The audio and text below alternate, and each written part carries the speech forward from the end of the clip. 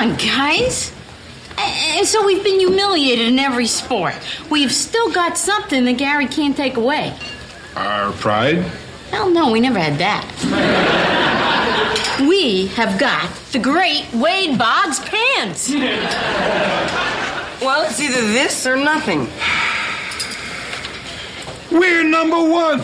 We're number one! We're number one!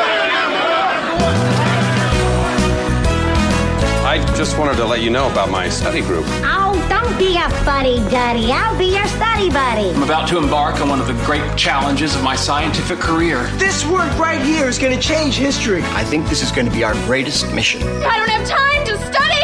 I'll never get into Stanford. I got big plans for you tonight. I got maps, I got charts. I'm going to see you through this because my credibility is on the line. It's at this point that you'll want to start taking notes. Welcome to the Sitcom Study, the podcast where we contemplate the TV shows we grew up with and search for the truth and wisdom within the tropes and cliches. And Amy, what, may I ask, are we talking about today? So some of our favorite TV shows, every year they would have a long-running gag that they would go back to. Cheers had Bar Wars, Community had Paintball, How I Met Your Mother had the slap bet, and Brooklyn Nine-Nine had the Halloween heist. So we're going to watch the first episodes of all of these shows that turned into long-running annual gags. Yeah, I'm glad you gave that extended explanation because this trope was your sort of brainchild. Yes. And so I was going to ask you to explain it. Yeah, it's really interesting because we came to it from the point of view of, trying to explore these sort of annual traditions that these shows have within their own mythology. Right, because they're like the favorite episodes of a lot of these shows. Yeah, and when you think about it, like, I'm like, oh man, can you believe they had the first slap bet and the first Robin Sparkles was all in the same episode? That's amazing. Yeah, and it's because they reward the fans, right? They give you that dopamine hit of recognition when you realize, oh, that's what they're going to do. And it's devoting a whole episode to something that you know that some schmo that just happened to turn on How I Met Your Mother is not really going to get. And so, you feel like you're getting something special. But the way that this lines up, if I went in cold and watched all of these, I could also say the trope is friends hurting each other, like people kind of screwing each other or making like weird wagers and like creating conflicts and feuds and stuff. It's interesting how so much of this we've got, as you alluded to, we've got Bar Wars. We have paintball, which we know is a sort of recreational version of war. We have the slap bet, which is a thing of people beating each other up. And then the Halloween heist, which is people trying to steal from each other. Right. So it is and funny. Trick each other. Yeah. The traditions that these sort of sitcom casts come up with amongst themselves are never like we go on a picnic every year. It's always something with conflict and strife and like low-key violence. Yes. And I think part of that is that it's fun, right? It's fun to watch our characters who are normally not beating each other up or, pranking another bar or whatever, or shooting, I mean, in the case of Community, we're looking at these like masterpieces of cinema that have been brought to the small screen. Like there's so many references. They're really doing a thing. We'll get into the films that they're referring to. Oh, I have a list. I'm gonna throw them at you with okay, I like can tell a hot you the shot. ones that I spotted. I'm like, okay, what is this in reference to? Boom, boom, boom. We're going to do that. I'll just put it this way. I think some of those filmmakers would be very flattered at the word masterpiece when we talk about the movies that's that they're... fair. Like whatever. Warriors is good though. Sure. Lin-Manuel Miranda is making a concept album of it. So, okay, what are the shows? What are the episodes we watched? Okay, so we actually watched 2 of the Cheers Bar Wars because the Bar Wars proper doesn't start until season 6. But the reason for Bar Wars is an episode from season 4, which is called From Beer to Eternity. So that's season 4, episode 9, From Beer to Eternity. And then we also watch season 6, episode 23, Bar Wars. Then in Community, we watch season 1, episode 23, Modern Warfare, How I Met Your Mother, season 2, episode 9, Slap Bet, and Brooklyn Nine-Nine, season 1, episode 6, Halloween. Now, a note on the How I Met Your Mother. So I know that episode as being titled Robin Sparkles. Apparently, it was only called Robin Sparkles in reruns, but in the original episode and on all syndicated episodes and on all streaming services, it's now called Slap Bet, so as not to give away the Robin Sparkles reveal. It's almost like one of those songs where it's like, no, the name of the song is Morocco, even though that's not what they say in the chorus or something. Right. It's Slap Bet, parentheses, Robin Sparkles. So, yeah, starting with Cheers, it's funny, they almost pull like a Rambo thing, how part 1 was First Blood, and then they retroactively made the second one Rambo. Yeah, the first episode that we're watching here is From Beer to Eternity from season 4. And yeah, it's not called Bar Wars, but this is very much the origin of, this is the sinking of the Lusitania, the assassination of Archduke Ferdinand, of this rivalry between Cheers and this other bar owned by Barry. Do you know the bar's name? Gary. Gary, sorry. Gary, and it's the Old Town Tavern, and it's 3 blocks down the street. All right, so let's just give a shout to some of the great rivalries that I feel like this inspired. Would we maybe not have Valley High, and Saved by the Bell without this rival bar, or the whole Springfield and Shelbyville thing? I feel like in The Simpsons, the long-standing rivalries of like, we all hate those guys from that. Even Bob's Burgers has Jimmy Pesto's down the street, I feel like do they have a rival bar in It's Always Sunny, I wonder? Oh, I feel like they just rival with everyone. Yeah, that's society more, in general. It's more It's Always Sunny. Yeah, so this is another sort of overlapping trope, that long-standing rivalry with those SOBs at that other place. But before we even get to that, we get a great cold open with Cliff and his sunglasses, He's got like, they're not Oakleys because he says they're Italian, but they look like that, and they're sleek European design. Polarized, wraparound, reflective sunglasses that he's wearing as he walks into a Boston bar in midwinter. Yeah, but he says it allows him to check out the dollies and not get noticed, right? It's just, it's wonderful. And he continues to wear for the whole first half of the episode, but it's just Cheers at its best. Cliff does nothing of real import in the story here, and they do such a good job of just using all of these assets that they have in the cast, these great little sort of comic strip cold opens. But then the episode proper starts, and they're all coming back from their latest game against these guys at this other bar, and everyone, not just the cast, but all these sort of extended people on the periphery. Yeah, some of just the extras that are usually barflies in the bar have become part of this. And then they get brought back. These are not people, these are not cast members we regularly see, but 2 seasons later, it's the same guys in the bar. Especially this one secondary guy I noticed keeps showing up.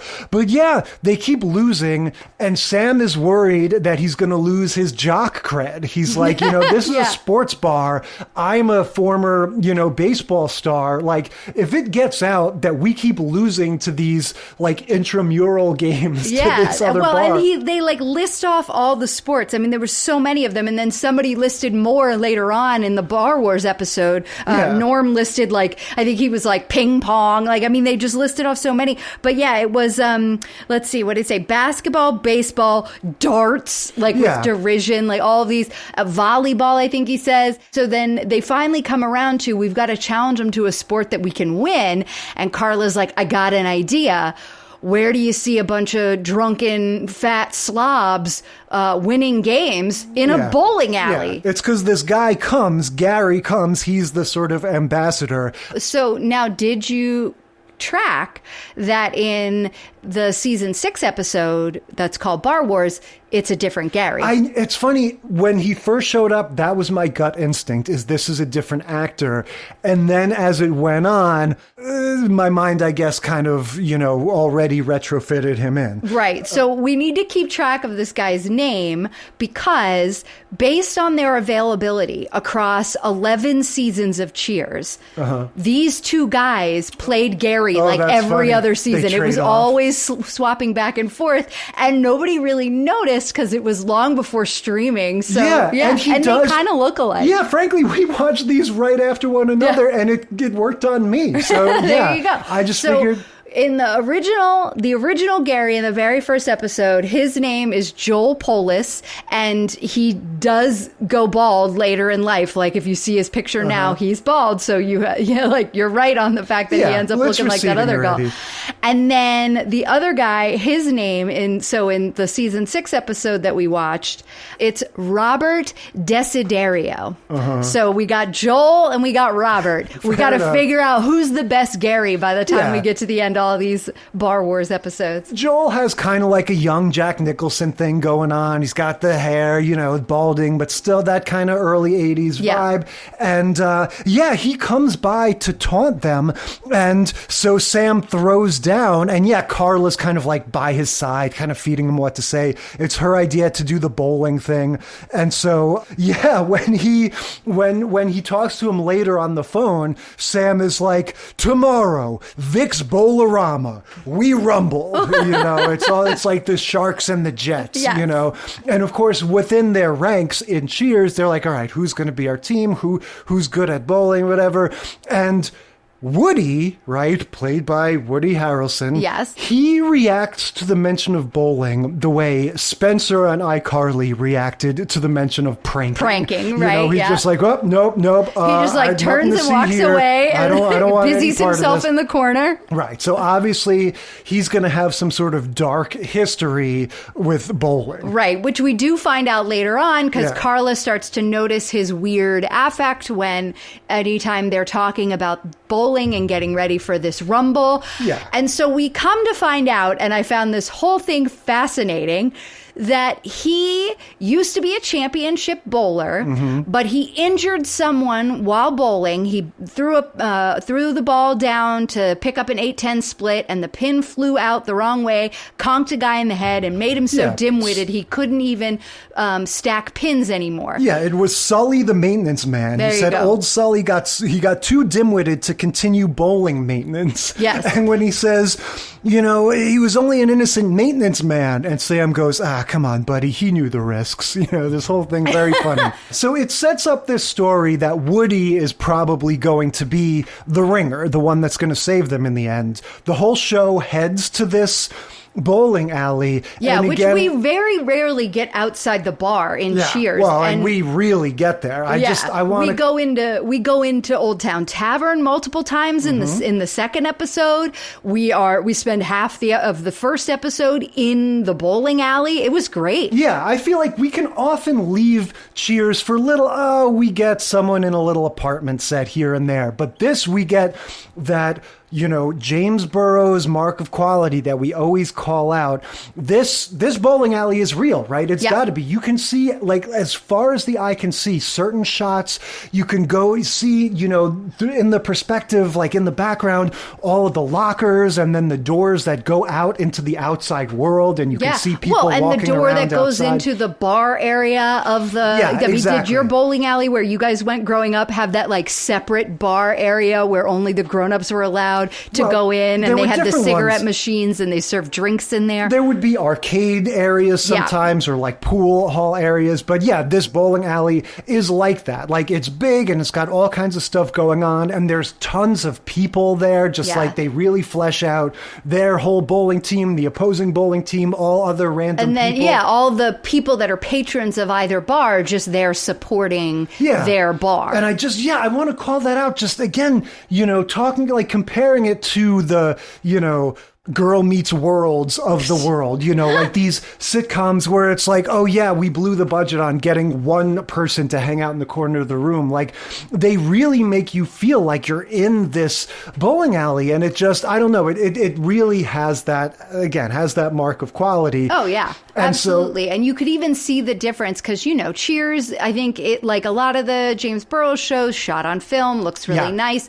The lighting is very different. We've got bowling alley lighting. Like it looks a little more grainy. It looks a little bit more 80s. It looks a bit more smoky. Yeah, because it's a real location, in not the a bowling set. alley. Yeah, and so we get the sort of usual back and forth that you would have in something like this, and then Woody shows up to save the day. We get that great. It's just so fun to me to think back to this time when you just had no idea that you were watching like one of the most interesting actors of his generation, like not just that he's on Cheers, he plays the dopey, dumb guy on Cheers, and he's going to turn out to be like one of the most versatile and interesting actors that we have, know, and you see the little glimpses of that when he gets to really have fun with stuff like this, where he takes his sort of bowling pose like he's about to, do it, and then he just kind of freezes. Yeah. And you have everybody just kind of awkwardly reacting, and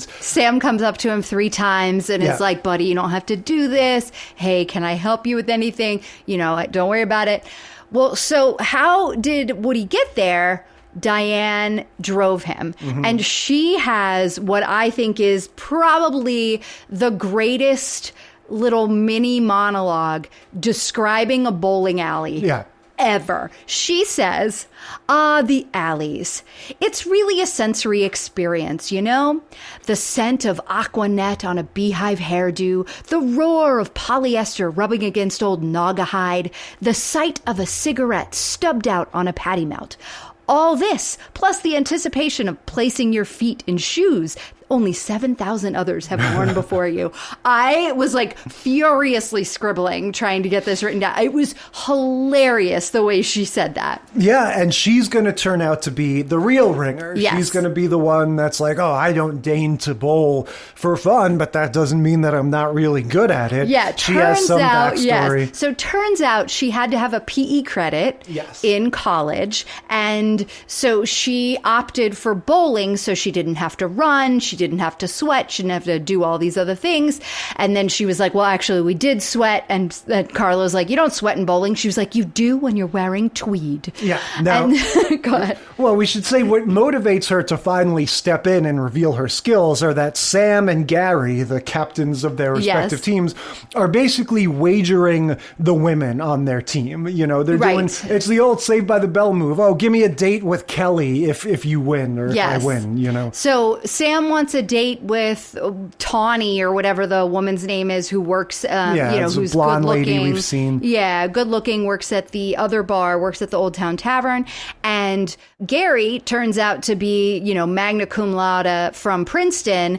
He wants a date with Diane, and Diane gives him shit and is like, oh, what's the matter? You couldn't make it to Suma? Yeah, she's not impressed. She's not impressed with him at all. And so, the guys start wagering, the women, and Diane's like, okay, that's it. And so she reveals herself as knowing how to bowl. She immediately bowls a strike. Everyone's like, hell yeah. And then they win. And the next scene we see is Diane, for the first time ever, being hoisted onto the shoulders of all of the Cheers bar patrons, for she's a jolly good fellow. And they're like, Chambers, chanting her name as they come back into Cheers.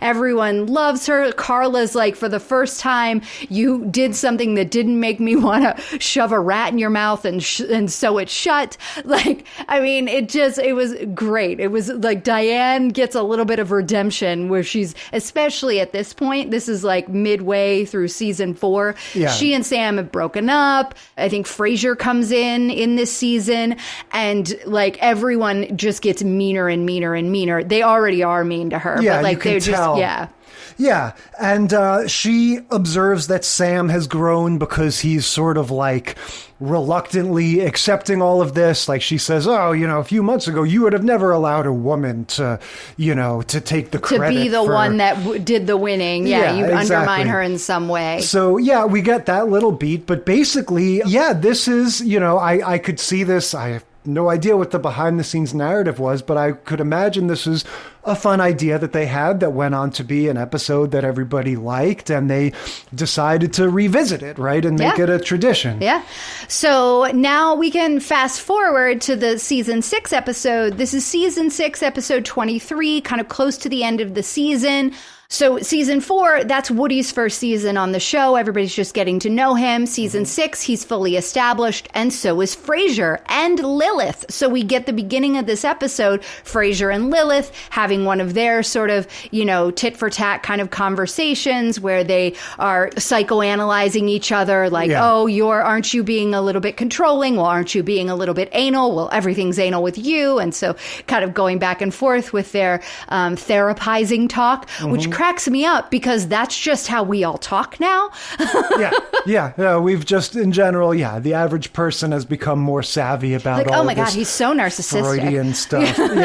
Yeah. Kirstie Alley walks in the intervening years. We've gotten rid of Shelley Long and we've brought in Kirstie Alley. She comes in and she's confused that everyone's celebrating. They're ringing a bell, like as though it's like the stock market or something. And, what's happening? They're celebrating the 2-year anniversary of their bowling victory. Right. And so, we sort of get, just like any sequel, we get to sort of fill in the backstory of what's happened.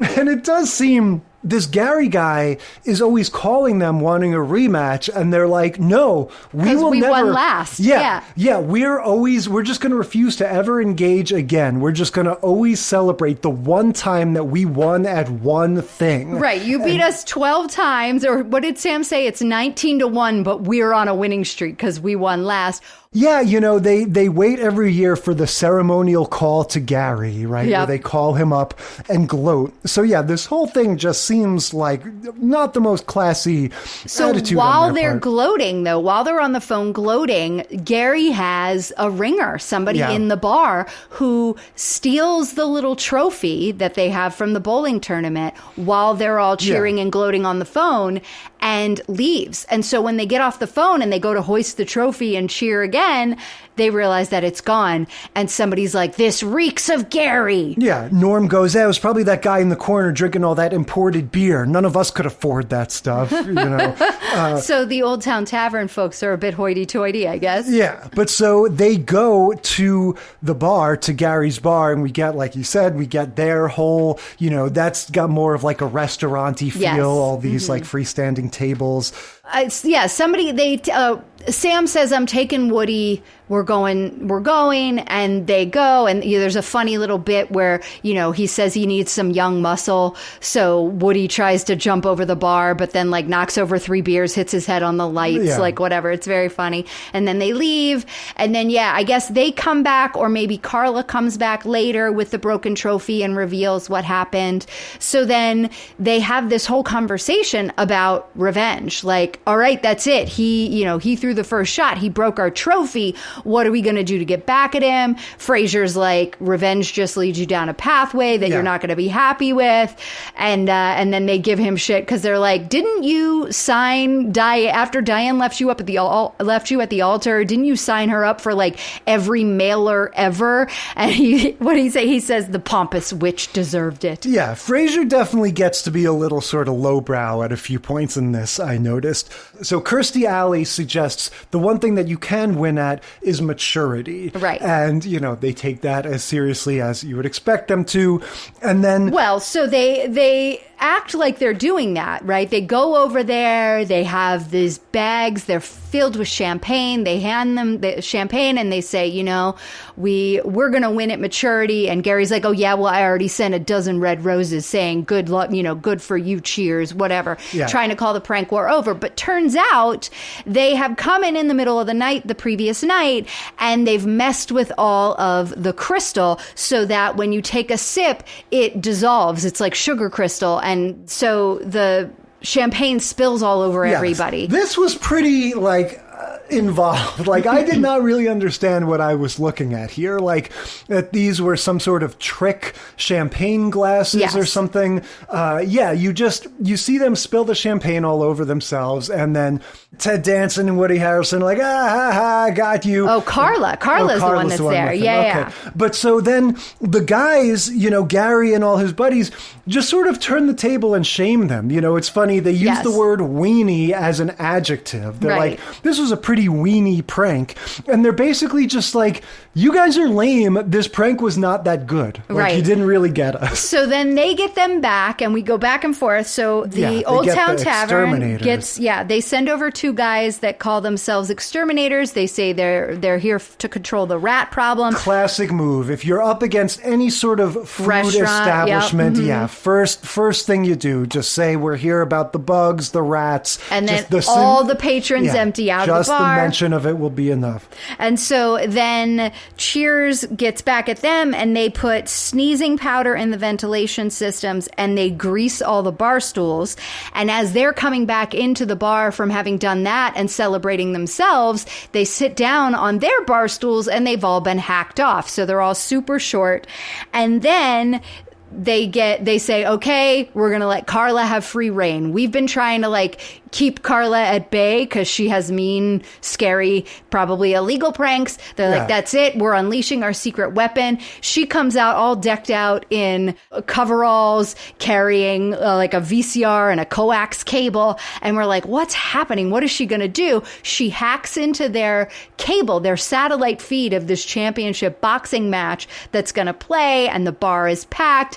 And they have Cliff and Norm reading books of poetry. They take over their video feed. Yeah, with pipes, sitting on leather chairs, looking very, regal. Let's just call out another time capsule moment. This event that they're messing with is Gary's bar.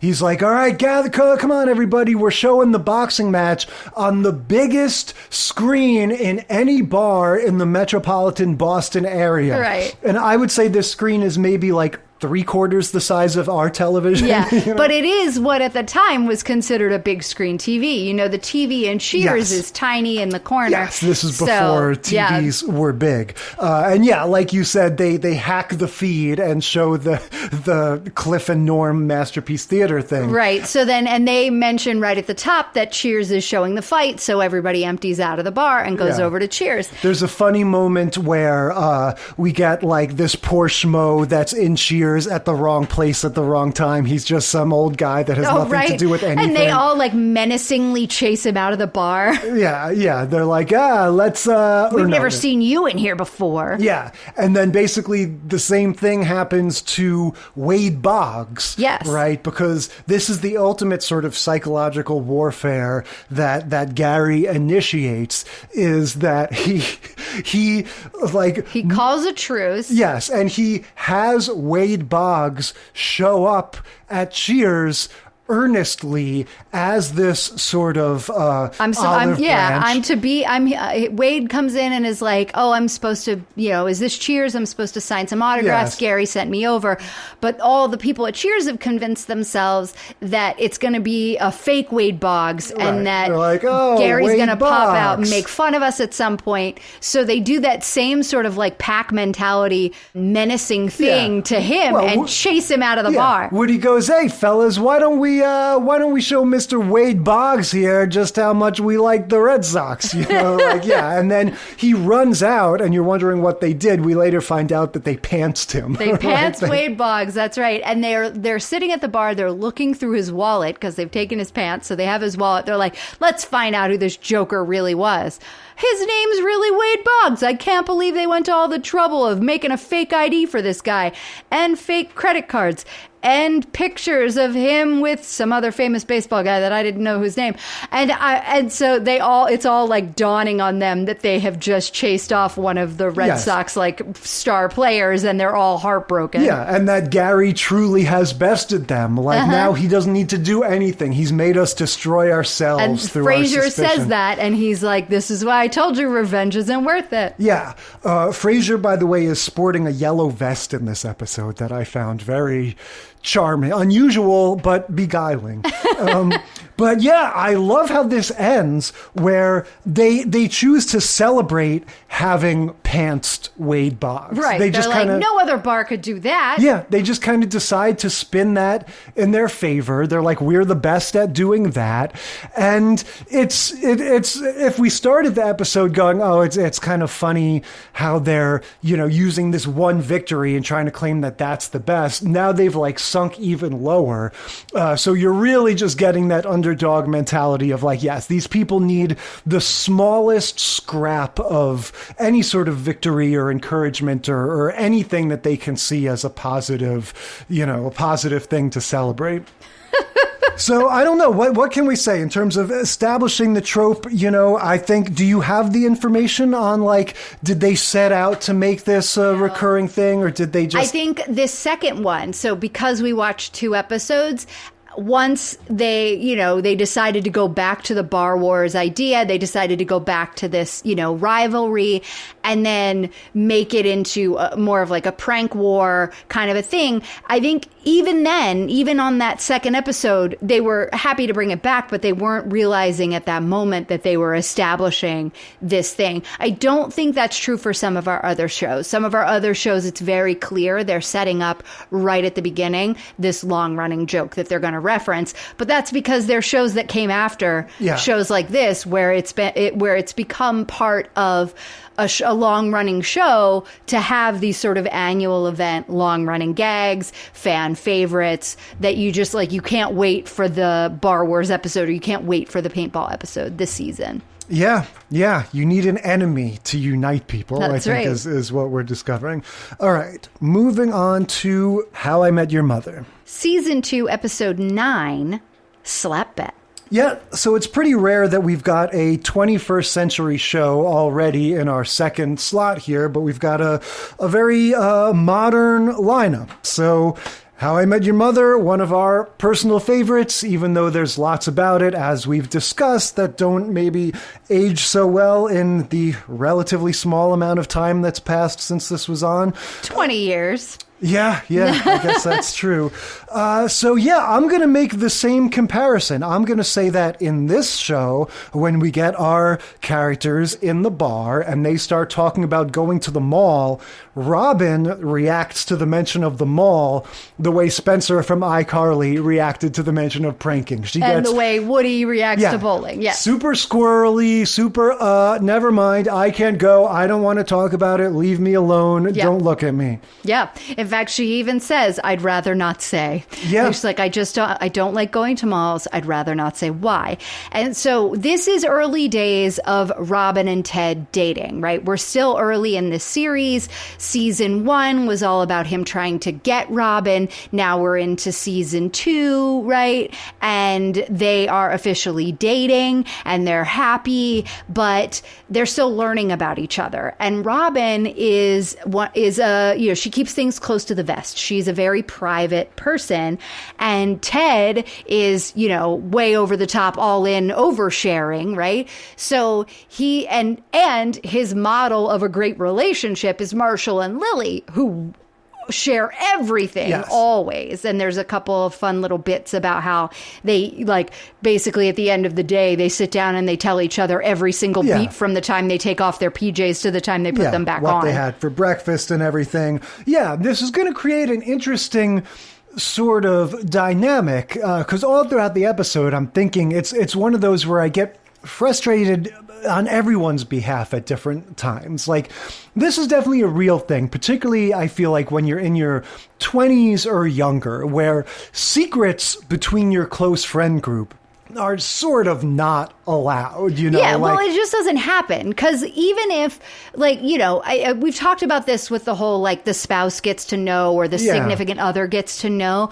But when you're casually dating and, people, then everybody in your friend group, it's too incestuous. There's always one person who's best friends with somebody else who also happens to be best friends with this other person. So they get the spouse, it's like telling me is like telling my best friend Bryn. You know what I mean? But once in a while, at least what I found is, my friends were like these characters. You tell each other everything. And then once in a while, when you have something that for whatever reason somebody doesn't want to share, it sort of doesn't compute. Right. And I think as you get older, if that happened now, I'm sure I'd be curious, but not that much. And my brain would just go, whatever. They don't want to talk about it. I think when you're 25, you're just like, I need to know, Well, and also Robin is the newest member of their group, and she is the most secretive one. And they're all sitting there at the bar one night when she's not there after it comes out that she doesn't want to talk about why she's scared of them all. And she won't tell Ted privately either. Yes. He tries to find out, one-on-one, and she won't even tell him. She's like, I thought you were going to respect my privacy. This sort of classic sitcom cut kind of thing to Ted going, come on, guys, respect her. If she says she doesn't want to talk about it, don't make her. And then, too, when they're alone in bed, come on, you got to tell me. It's me. Yeah. We tell each other everything. And he's surprised that she won't. And that's where I can sort of see it both ways, because on the one hand, I'm like, annoyed on her behalf that he won't let it go. I think if somebody says, I don't want to talk about it, you should accept that at face value. Right. But there's also the side to it that's like, this is so bizarre and provocative. Yeah, I mean, sort of. They don't know. They're making it way more provocative than it is, but she is being so tight-lipped that it's kind of strange. It is, because it's not the kind of thing that you're like, well, maybe it's a medical thing or something. Like, the mind is I just don't like the mall. The mall? Why the mall? Yes, like, there has to be a reason. And also, like, I give Ted a little bit of credit here. Not credit, but, like, I give Ted a little bit of leeway here because these are his friends. She's new to the group. She's his girlfriend. Yes, she's becoming really great friends with all of them. But who do you process your relationship quandaries with? Your besties. So he's at the bar. She's not there. He's processing his whole relationship quandary with his friends. And then they start kind of wondering, well, where was Robin? What did Robin do? Right. Before she was here. She never really talks about it. In fact, the only time she talks about her life before she moved to New York was when she talks about her friend who got married too young. And then we get the supercut of 5 different random moments throughout, history that none of us have seen before that she's mentioning. Oh, remember I told you about my friend in Canada who got married too young? She did this, or her wedding cake looked like this, or whatever. And it's like, so then Marshall and Lily are like, maybe she's married. Yeah, maybe she got married in a mall. Let's pause on the supercut thing, because, we've talked about this before. Hallmark of this time in sitcoms, early 2000s. These are the days of 30 Rock and The Family Guy. Still, both of those, I think, took a page from The Simpsons Malcolm with this. In the middle. Of, the little quickie cutaways. And so we get the sequence that you're talking about, all of the instances with Robin mentioning her Canadian friend that got married too young. We also get a supercut that I think is one of the examples of the humor not aging well. Oh, I think the before that, moment. Yes, Barney says, you need to figure this out because you need to make sure if it's an O moment. Basically, these are deal breakers, a thing that makes you go, oh, I don't want to date you anymore. And we get this little montage of women telling things to him. And it's pretty cringy. The examples of his deal breaker things are, one of them says that they're bulimic, one of them says they're saving themselves for marriage, one of them is trans, and one of them is, she says, I used to be a guy. No. Okay, that wasn't Barney. That was Ted imagining his wedding day with Robin. It's a hypothetical one. Okay. Yeah. And one of them saying, I'm 30 years old. So right. To be fair, this is meant to be Barney is a scumbag humor. Like, sure. it's all intentional and on that same page, but it still is one of those How I Met Your Mother things that make me go like, we didn't need that. Or you could have tweaked that to be a little less obnoxious. For sure. Yeah, the anorexic girl and the one that hurt the most, of course, now is the I just turned 30. I was like, oh man, 15 years. Barney being Barney. But ultimately it's going to sort of come to 2 basic theories, right? Barney thinks that Robin did porn when she was up in Canada, and that's something to do with a mall. Something to do with a mall. And Marshall thinks that she's married. Marshall thinks she got married in a mall. So that is like the mall has had it's been some sort of traumatic event or something that she wants to forget about. So Ted keeps pestering Robin. Yeah. Well, but hang on. Before it's in this conversation that they established the parameters of the slap bet. Oh, right. Because they were going at it so hard. Marshall and Barney are really, I think Barney was like, I will bet you $20,000 that it's porn. And Marshall's like, I don't have $20,000. And he's like, all right, age old. Let's go back to, grade school. Slap bet. Yeah. And Marshall's like, okay, let's do a slap bet. And then Lily's like, what's a slap bet? I don't know if I like this. Marshall goes, you can be the commissioner. And she was like, what are my responsibilities? Immediately on board. Yeah. So they establish that the person who is right gets to slap the other person as hard as they possibly can. Yep. This is something in terms of just tracking the trope. We get another sort of wagering situation, right. Just like betting on the women in our bars and cheers. But this one really took me back to childhood. I think this is a pretty common thing among kids, especially among boys. What I'm remembering is more generally the sort of like recreation by way of violence and like hurting each other for fun. Did you guys do the punching in the arm one? The punch buggy thing? No, not the punch. I mean, yes, punch buggy game. I'm talking about like, you get in 4 licks if you're right and I'm wrong. It was kind of like a similar to a slap bet, but it was punching each other in the arm. I had a massive bruise on my tricep. I'm gonna say it lasted for 6 weeks because a friend in high school and I decided we were gonna have one of these punch bets, and he got 3 licks and he did not fucking hold back, and it was so awful. Yeah, there was that. Just giving someone a dead arm was just like something you would do for fun. But also, my friend Timmy, he would get a hold of things. He had a taser. He would taser people for fun. He built a potato gun. Is he in jail now? That's terrifying. Actually, maybe. But for different reasons that we can't get into. But you don't want to talk about it, like Robin in the mall.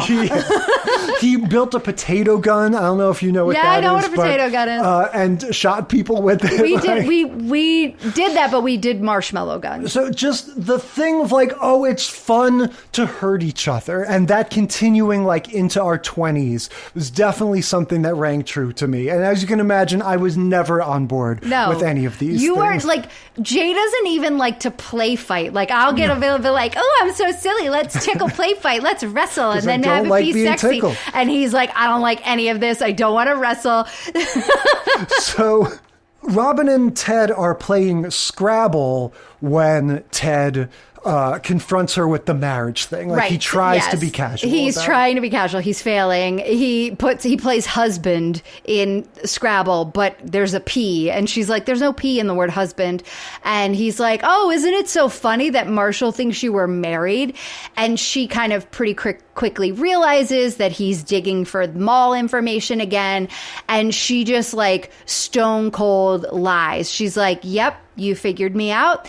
I'm married. I got married in a mall. I was very young, and then he had to move away to Hong Kong on business, and we just went our separate ways, and I never bothered to get a divorce, and that's why I don't like going to the mall. Yeah, and when Ted is challenging her by asking her questions... Well, he doesn't do that till later. I guess, First he goes and confers with the guys. He tells them, and Marshall gets the first slap in, because he thinks he's won, right? Yes, because, it's revealed now the official narrative is Robin was married. So Marshall was right. He turns around, he slaps Barney, and this is the first of many, many, many, many slaps we're going to get across this entire series.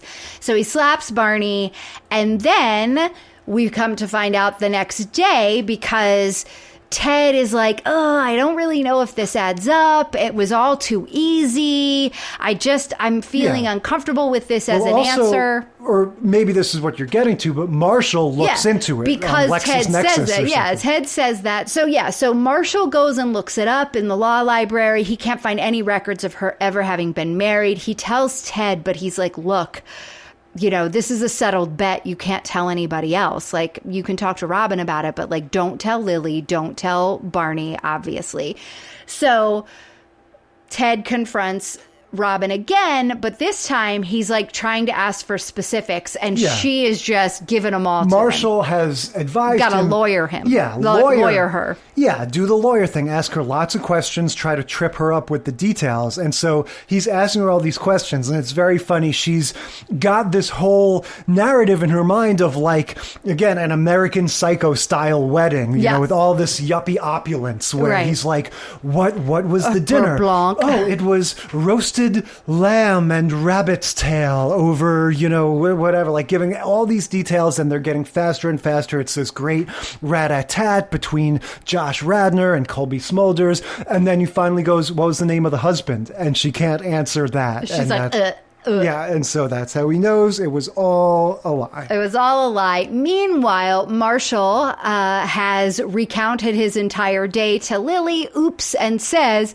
I found out Robin wasn't married. Lily goes into her mode of slap bet commissioner and realizes she has to be impartial. She can't be on Marshall's side. So she tells Barney, and now because this was a premature slap, because they thought that he won, and then he didn't tell the truth when he knew. He didn't immediately go to Barney and tell the truth. So as slap bet commissioner, she awards Barney 3 slaps. Yes. 1 for the lying and 2 for the preemptive slap, for the premature slap. So Barney immediately turns around and goes wham, wham, wham, and slaps Marshall 3 times. So now we have 4 slaps so far in this slap bet first episode. So he slaps him all at once 3 times. Marshall's like, well, and then we're back on the only reasonable explanation, in quotes, that they still have for this mall aversion is porn. Right. Occam's razor tells us if it can't be marriage, it has to be that she filmed a porn in a mall. Right. And we, sort of get more of this kind of ethical dilemma, right? Because, when it comes out, eventually we get everybody together. So Ted and Robin are having a full-on fight.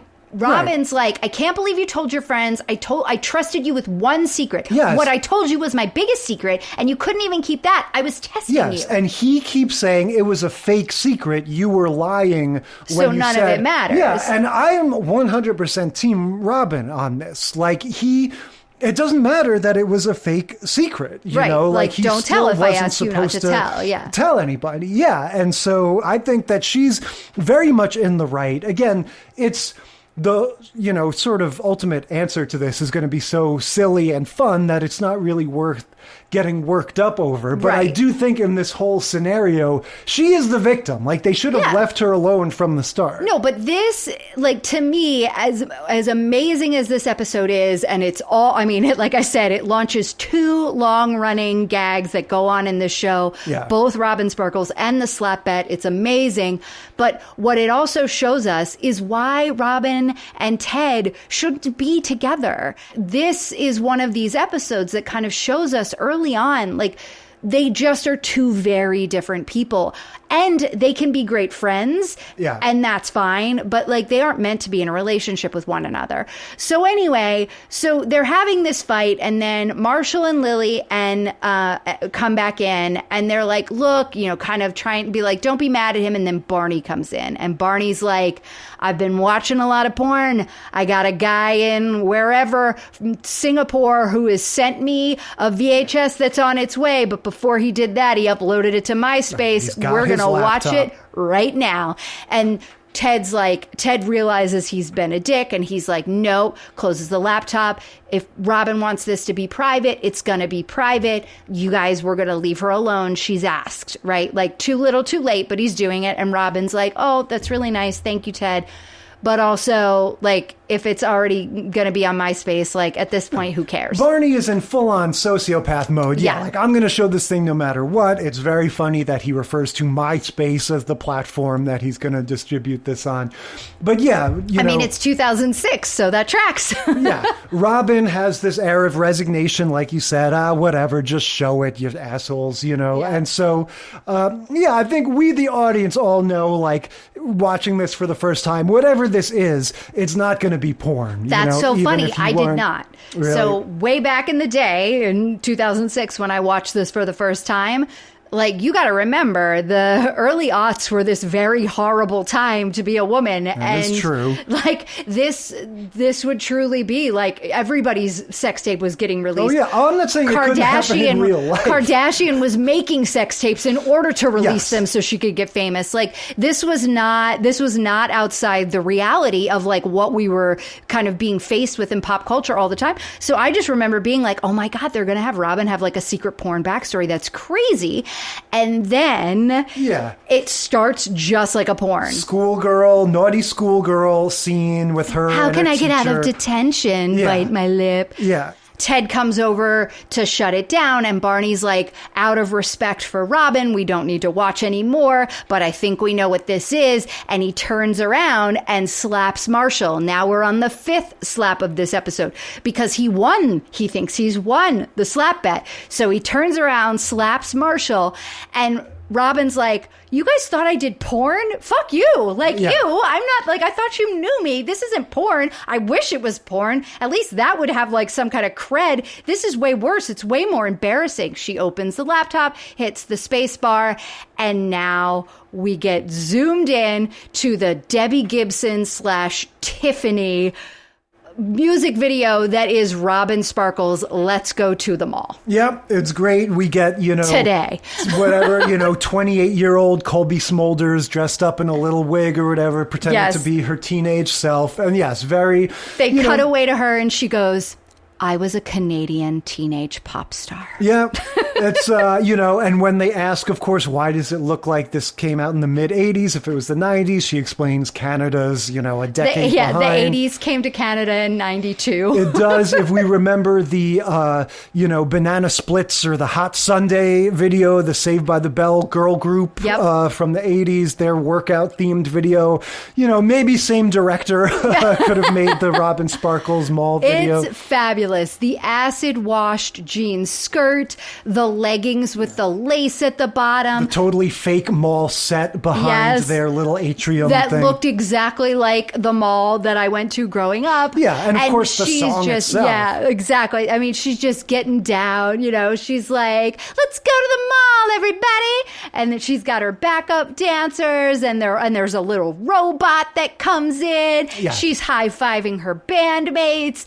I mean, she is Alanis Morissette that's what the joke is, right? That's what Alanis Morissette was prior to before Jagged she Little became Pill. the grunge. Yeah, which, by the way, we're not going to follow the Robin Sparkles long-running gag, but in like season 8, we get Robin Sparkles' Robin Daggers, which is her going full Alanis Morissette in her grunge phase.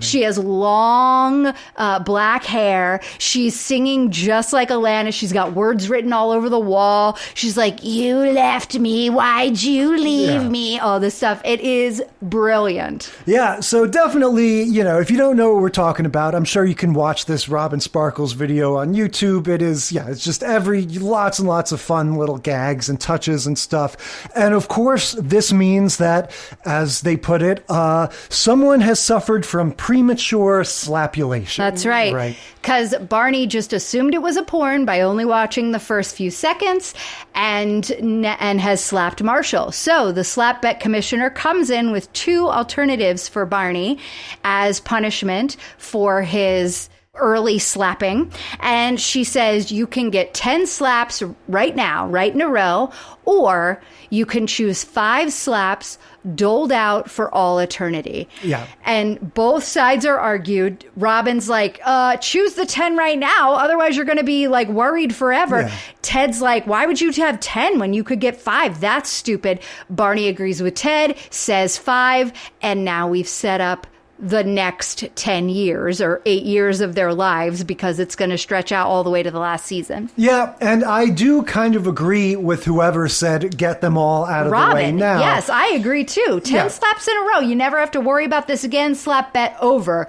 Oh, no. Yeah, this whole thing, the way that they show these slaps, these are like full body swings where people get knocked on their feet. It looks really painful. Does look really painful. And I agree. I would not want to live under the shadow of this threat of getting slapped at any time. And that is going to be played to the hilt in the next Slap Bet episodes that we'll talk about some other time on the podcast, because as these are annual fan favorite shows, maybe they'll become an annual Amy favorite episode on our podcast.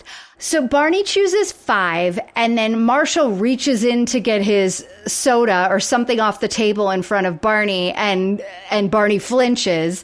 And that's when he realizes, oh God, I've made the wrong choice. Like every time Marshall comes near me forever until these 5 slaps are done, I'm going to flinch like this. And so, and then right at the very end of the episode, he's flinched a couple of times. It seems like now he's gotten past it. And just when he thinks he's gotten past it, Marshall's looking at somebody else, talking to somebody else. Barney's facing him in the chair. As he's getting up out of the chair, Marshall viciously backhands him, sends him whirling. I mean, and he goes, that's one. Yeah. And again, it's all in good fun, but I do find this, like, I remember watching these for the first time, and it just was like a disturbing thought to me to think of, again, because I could imagine my friends doing this. I could imagine somehow getting into some situation where Dennis is going to slap you. Yeah, like I owed somebody money, or I made some dumb bet of like, no, that movie is called that thing, and I turned out to be wrong. And then, I ended up with this weird, like, indentured slapitude thing where and again, just the way that they show it, like being such a wallop, it's alarming. Yeah. But that aside, this is a super fun episode, of course, mostly for the Robin Sparkles thing. Oh, classic. Yeah, we get all the usual stuff, like we said, with How I Met Your Mother, that you kind of look at it now and go like, that's a little obnoxious, but it's never enough to really make it not fun. It's always just like, it's a little bro-y, a little, And look, I mean, the fact of the matter is, because I watched this like in its original run, and I'm expecting all the bro-y stuff, when I watch it, even though I know, and I'm woke in quotes now, it doesn't bother me. It just still feels like it's in good fun. I have a lot of nostalgia for this show. Yeah. And so in terms of tracking the trope, it's as simple as, like, again, people like sort of hurting each other in some sort of like structured way. Well, and also revisit. like a rivalry, right? Yes. Like two opposing sides, opposing viewpoints, whatever, that kind of makes for these fun episodes that are a departure from the normal, like, let's talk about relationships, let's have Sam and Diane fight, the normal stuff that these shows do. Yeah. And noting, I guess, a difference between the two of them is in Cheers, it's like we're uniting against a common enemy, whereas How I Met Your Mother is like this rivalry within the cast. Right. Because How I Met Your Mother, very similar to Friends, never really brings in people for very long. Yeah, it brings in love interests for as long as it needs to. All right, moving on to Community. Season 1, episode 23, Modern Warfare. Yep, Community, another early 2000s or maybe early 2010s. Yeah, I think this is season 1 and this is in 2010, so it started in 2009. All right. We love Community. There's all kinds of engagements with the tropes and cliches of sitcoms and pop culture in general. And everything Dan Harmon does is very clever and interesting. So this starts off with the meta commentary of Jeff and Britta walking into the study hall or whatever, and Abed says, to be blunt, Jeff and Britta is no Ross and Rachel. I want you to hear this on every level. You're keeping us from being friends. Yes. It's so great. And then Shirley, played by Yvette Nicole Brown, is like, and you argue like Sam and Diane, but you don't even have their charm. Yeah. And so, like, just right away, boom, boom, two of our couples from the long-running will they, won't they romances, Jeff and Britta are being compared to them negatively and saying, you don't measure up.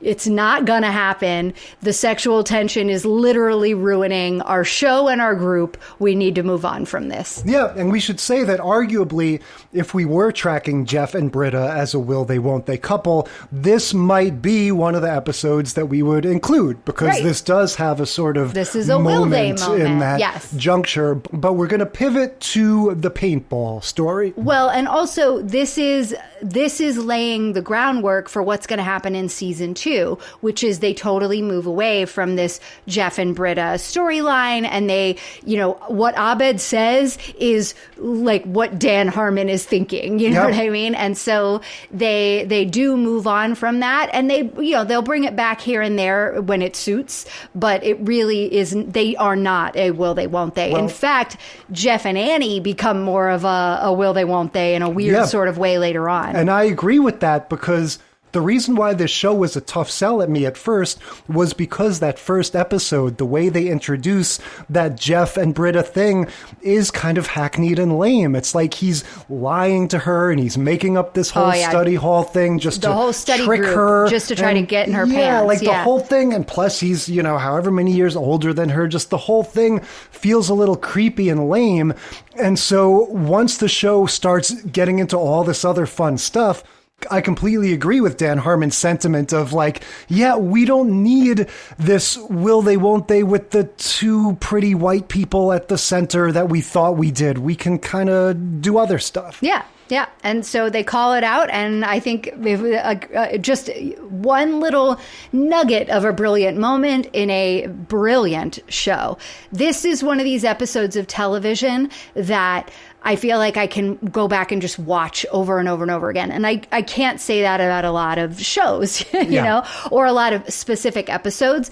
But I feel like every time I watch this episode, I see something new. Oftentimes in the time since I've met you, it means that I've watched one of these random action movies that they reference that I didn't realize at first that they were referencing. Yeah. So Community is known for its amazing sort of parody and sitcom, like not even sitcom takes, but like taking these movies, great westerns, great action, action movies, horror movies.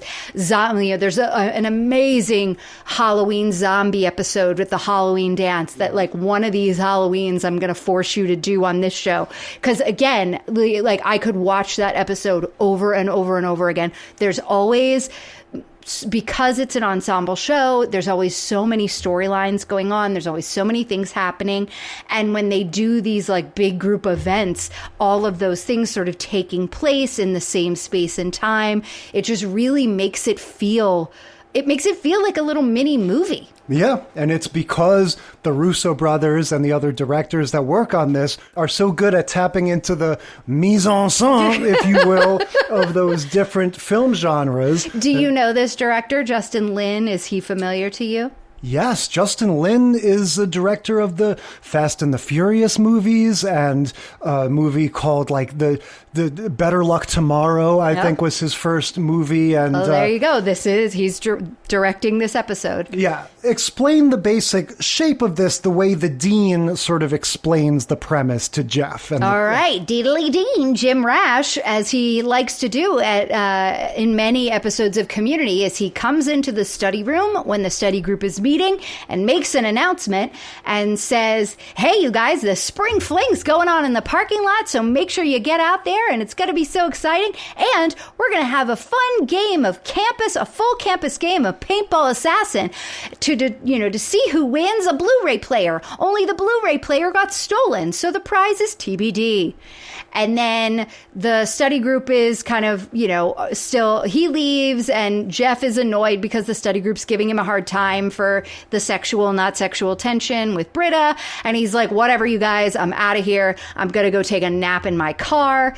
So Jeff goes to take a nap in his car, and then we come back from commercial and it says 1 hour later, and Jeff's in his car, and he wakes up and he opens the door, and his car is like smattered with paintballs. Yeah. And he sees this like hellscape. Well, yeah, and already we get a change in the mise en scène. Yeah. But so the paintball thing wasn't part of the dean's idea. We don't get that. Yeah, no, I said paintball assassin, and the person who wins. You were thinking about something else when I was talking. So he wakes up and you get, this is what I was doing when you were saying that. I was just looking up what year The Walking Dead came out in. Same year, 2010. Okay. Because this, I feel like, is sort of a hallmark, 28 Days Later. A lot of these sort of zombie/apocalypse movie, the guy waking up all by himself in the sort of, like you said, wasteland. What the hell happened? And you kind of pan out to see destruction everywhere and all of that. Yeah, the spring fling that's in like the quad parking lot area is completely empty. No one's there. It's a total wasteland. There's paintball shots on everything. Things are flipped over, destroyed, and there's no people. And I think you're right. I think, I know you're right because I looked it up, but that is a reference to 28 Days Later. It's not one that I got because I have never seen 28 Days or 28 Days Later or whatever the movie is. 28 Days is the one with Sandra Bullock getting sober. There you go. 28 Days Later begins with Cillian Murphy naked in a hospital room. So not a sequel to the Sandra Bullock movie that I have seen. No. Got it. I mean, they could take place in the same universe. But that's a guy all by himself, and oh my God, what is this world I've woken up to? So that's exactly what they're referencing. Jeff kind of makes his way dazed through this crazy wasteland, gets back inside, and Garrett is like moaning underneath a banner that was like, for the spring fling or something. This is the equivalent of the zombie movie when you come across the guy with his leg chopped off and he's like, kill me now. Basically. And so Garrett is like, it was a massacre. The dean announced the new prize. And we turned on each other. We turned on each other. And so that he explains what's going on. And then Leonard, comes out from somewhere and has the paintball gun and is gonna, get Jeff right away. And Jeff's like, Leonard, I'm not even playing. God, it starts running. And Abed, superhero like kind of runs like Jeff sees Abed coming. He ducks and Abed runs up the wall like a Marvel superhero and back down and then shoots Leonard. Yeah, the reference that I thought he was is that Abed in this part is basically halfway between Neo from The Matrix, I think. Yep. The way they have him styled with the sunglasses and just the sort of frame that Danny Putty cuts because he's so skinny looks a lot like Neo from The Matrix. Yep. But the role that he's playing here is Reese from the Terminator. He comes in to save him, and he says, come with me if you want to not get paint on your clothes, which is a reference to come with me if you want to live from the Terminator. Okay, so that was what I had written down. I was like, come with me if you don't want to get paint on your clothes. I know the line is come with me if you want to live, but I had no idea what it was from. I've never seen the first Terminator. I've only seen the one with the liquid melty guy. That's the only one I've seen. Yeah, that's T2, but so this is definitely a moment where like everybody, 30 or younger say is like, oh, this is the Matrix, and everyone a little bit older is like, this is the Terminator. Yeah, but it's sort of both. Yeah, and so he says, come with me, and then Abed and Troy explain the prize that the dean, that was TBD, we didn't know what it was going to be. The dean revealed that it was priority registration, which is like this sort of mythical concept that you could control schedule your all destiny. your classes, right? So Jeff's idea is he could schedule all his classes on Mondays and then have a 6-day weekend. Shirley's plan is to schedule all morning classes so she can get home early and be able to see her kids. We'll find this out a little bit later in a scene that's, another sort of trope of these movies where it's like the quiet moment around the campfire where everyone's like, oh, what are you going to do with your share of the money? Yes. Or in this case, if you win priority registration.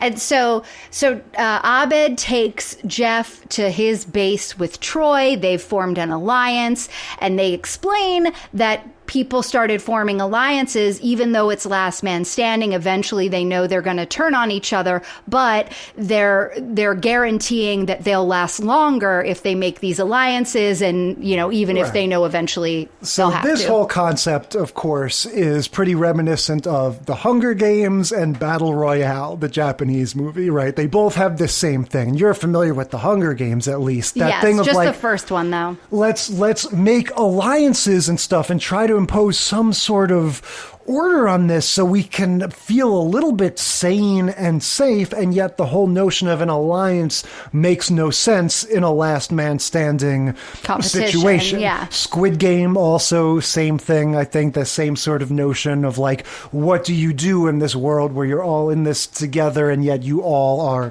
against each other? So, and I think this is a little bit before Hunger Games, the movie anyway, came out. I don't know when the books came out. Oh, wow. But because what's referenced in the list of references is Battle Royale, which I had no idea what that was. That's a Japanese movie from like the early 80s, I think. Very fun. Basically the Hunger Games. It's like this classroom of kids wakes up to find that they've been selected to go to this island or whatever, and they have to kill each other. Same thing, same basic concept. Like a last man standing type competition, yes, and the alliances kids in thing. a school. Yeah. And so, that's the situation.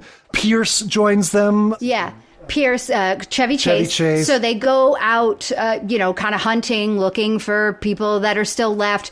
They started to think maybe we're the last three left because it just doesn't seem like everything seems pretty empty. Troy, who is wearing football pads just on top of his t-shirt and a jock strap over his jeans, which is fucking hilarious. I have to ask, like, all of this padding and protection that they're wearing, it doesn't actually matter, right? Like, is that part of the joke that when you get hit in paintball, if you get hit by paint, you're out? Like, it doesn't matter if you're wearing a jock. No, it's that they've all outfit. descended into chaos, right? So yeah, he gets hit by paint. He gets hit on his padding. He still gets hit. Yeah. But it's just so he can throw himself around more, I guess. Yeah, but, and you see all the other characters. They've ripped the sleeve. Like Alison Brie, she's ripped the sleeves off her cardigan and she's wearing them as leg coverings. And like they've all like destroyed their clothes in different ways. But that's what makes it so funny is like they're not actually doing any harm to each other. Like they do just shoot each other with paintballs. Right. But yeah, we should also say one of the overarching references we're getting here is the Warriors, because we're having, it descends into these factions. So we get things like the chess team has made little helmets where they've glued chess pieces to the top of their heads for no reason, just to like identify themselves as the chess club tribe in this hellscape. Exactly. And then they've heard tell that the Glee Club is luring people with like a siren song. What do they say? Like catchy and annoying cover versions of 80s pop songs. This is during the age of Glee, the TV show. Which, by the way, there's a few great episodes where they mention how much they hate the Glee Club and they get some good references in there. And then there's the episode where they have to become the Glee Club because the entire Glee Club gets killed in like a bus accident or something. Right. And they like slowly, it's a great episode. And again, I think this one should be one of our Christmas episodes at one point. They slowly brainwash each other one at a time until all of the study group are in the Glee Club. It is fabulous. Oh, anyway, so yeah, the guys go, they're talking about all this stuff. And then one of the chess club guys like sticks his head in and is like, whatever. And Jeff goes, that's a pawn. So they push this rolly chair with a mannequin out of the room, and all the other chess club guys like bang, bang, bang, bang, bang, shoot the decoy, and they come out the other door of the classroom that they've been using as a base and just wipe out the rest of the chess club guys. So they're all out. So then they're like, maybe we are the last ones left. Let's do a sweep of the campus. But first, pee break. They go into the bathroom for the pee break. Yeah. Now, this was one reference that I thought I might know. Okay. They're in front of the toilet. They're in front of the urinals because it's the three guys in the study group. They're in front of their urinals, and Abed kind of looks up. We get the vertigo camera movement and the music that's like, and he sees the green paint. He sees like the outline of a human, and the green paint single drop like the dripping outline, down. like all of the paint splatter, and then there's like a stencil like a person, as though like many people have been splattered here and carved out this stencil. Right. And so they'd already checked the stalls by looking underneath them. They didn't open them. And so they're all three lined up with their backs to the stalls now. Abed sees this. Is that from Alien with that drip of blood coming down? It's funny. I didn't think of that as any particular reference. The thing of somebody noticing a single drop of blood and then looking up, definitely. And there is a part in Alien where Harry Dean Stanton looks up. It's not even blood, I think. It's like alien mucus. Yeah, it's like because like multiple mouths inside mouths in that movie. So it definitely could be that. I feel like definitely the sort of telltale dribble of blood or paint or whatever. It's not just is one a thing. movie. Yeah, and then we get this ambush, and it's the girls. Right, the three girls, like the two. So Shirley and Britta are in the stalls, and then Annie pops up out of the trash can. They've got this Mexican standoff. They're all pointing the guns at each other, and then one of the people is like, hey, we should, if the six of us are all together, then, or the seven of us are all together, because they've already picked up Pierce from Starburns. They shoot Starburns and get Pierce, and he joins the alliance. And so that's when they decide to all together go on a full sweep of the campus to make sure that they're the last ones left. And they go outside. They finally leave the school building. They go outside back into like the spring fling hellscape, and snipers start shooting at them. So Troy gets hit, Annie gets hit, and Pierce doesn't get hit yet. Pierce gets hit in a minute. Jeff gets Pierce to draw fire by just doing reverse psychology, just going, don't come over here, Pierce. He's like, don't you tell me what to do. I'm coming over there right now. So that's how they figure out where the snipers are, from using Pierce as the bait. Sort of target. Yep. So it's the Glee Club. They're in the trees. They unload on the trees. It's just Jeff and Shirley and Abed and Britta left. They unload on the trees, get rid of all the Glee Club kids, but they're at this point now, I guess they're pretty sure that they aren't the last people left. So then the next scene we get is the one while they're all around the campfire. Yeah, they talk about all the different things that they're going to do with their priority registration. I'll have all my classes in the morning so I can spend time with my kid, or, everyone has different ways of like front loading their schedule. How they want to make their schedule. But yeah, I guess this is something that if you're in college, you sort of relate to, this like, fanciful notion of what if you had this like cheat code to just line up all of your classes. Yeah, to so be you exactly didn't have to like take the, other, I definitely always had my like first picks, second picks. Yeah. Because it was back in the day when like we went to college when you could register online. I think my very first semester at college, I had to mail it in. They didn't have an online registration. I had to mail in a handwritten card of what I wanted. And then you would get some of what you wanted, and then they put you in other sections of those classes, or they write to you and tell you, or call you and tell you that you just couldn't get into that because you were a freshman and all the juniors had higher priority than you or whatever. Yeah, so again, it makes sense. It's a funny like MacGuffin for them to be fighting over. So they have that scene where they're all kind of fantasizing, and then they lose a bunch of them in this next battle scene. How do they get sort of compromised? So this is the scene that reminded me of The Warriors, which is like the one of these movies that I've actually watched. Yeah. They do that like clinking thing. They say come out and play. Yeah. So all these guys on roller skates, and Jeff's like, damn, I guess he did bring it back, right? Because it's he's got a whole gang of people on roller skates with disco music playing. They come in, Shirley gets hit. Pierce is already gone. Abed gets hit. Abed chases the last two guys out into the hallway and gets them, but they get his legs as they're falling down, so he's out. Yeah, they both have, again, little bits of subtropes. Shirley gets the sort of lying on the ground, like the soldier's death. Yeah, the sort of the shot looking straight down on her. Britta, I'm going home. Yeah. And Britta's like, I know, Shirley. And she's like, no, really, I'm going home. I've got to get out of here. And then we find out because we get a cutaway to the dean and Ken Jeong, who is still at this point not the like crazy psycho he turns into later in the series. He is just sort of mini psycho. He's just kind of a weird guy. He's still the Spanish professor at this point. Later on, he becomes all sorts of crazy twists and turns with his character. But we find out that it's 2:00 in the morning. So this has been going on all day because it started at 11 a.m. Find out that it's 2:00 in the morning. It's been going on for all this time. The dean is like, what are we going to do? And then Professor Chang reveals that what are these kids going to do when they find out there is no priority registration? Ha ha ha ha ha. And they like evil laugh together. And then he says to the dean, put me in the game. And he's like, well, that's not fair. You're not a student. He's like, well, make me a student. Register me for classes.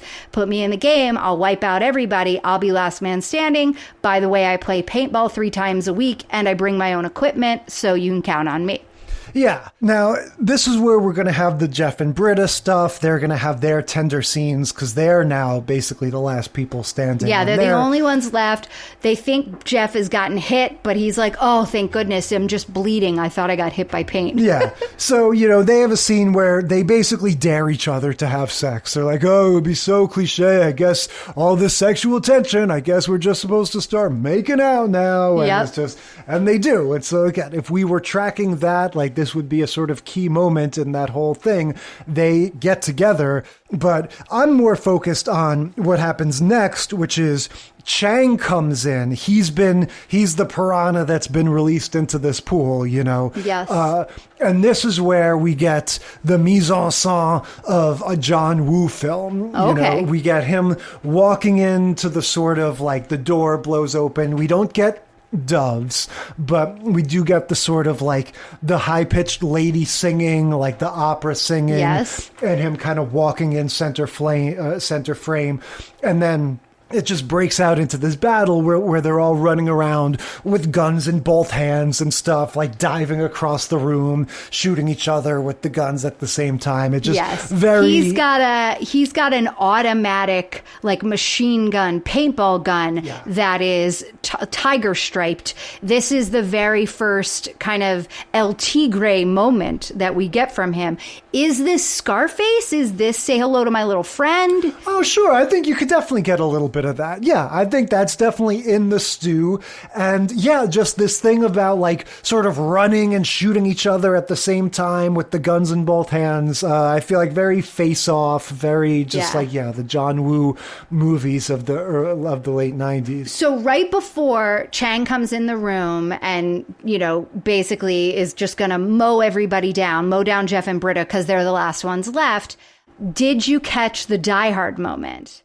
Jeff accuses Britta of seducing him just to get the drop on him. Right. But it turns out, he'd taken the bullets out of her gun. And so he says to her, he's like, what? No bullets, Hans? Do you think I'm stupid? Which is... Hans, of course. Right? And isn't that the same line? Like, it's like an interpolation of that same line. They had that same scene. Die Hard, yet another movie I've actually seen. Right. Having taken out the bullets. Right. Yeah. But I heard him say Hans for the first time. I've watched this episode probably 8 times over the course of my life, and I never caught it before. And I was like, Hans, why does he say Hans?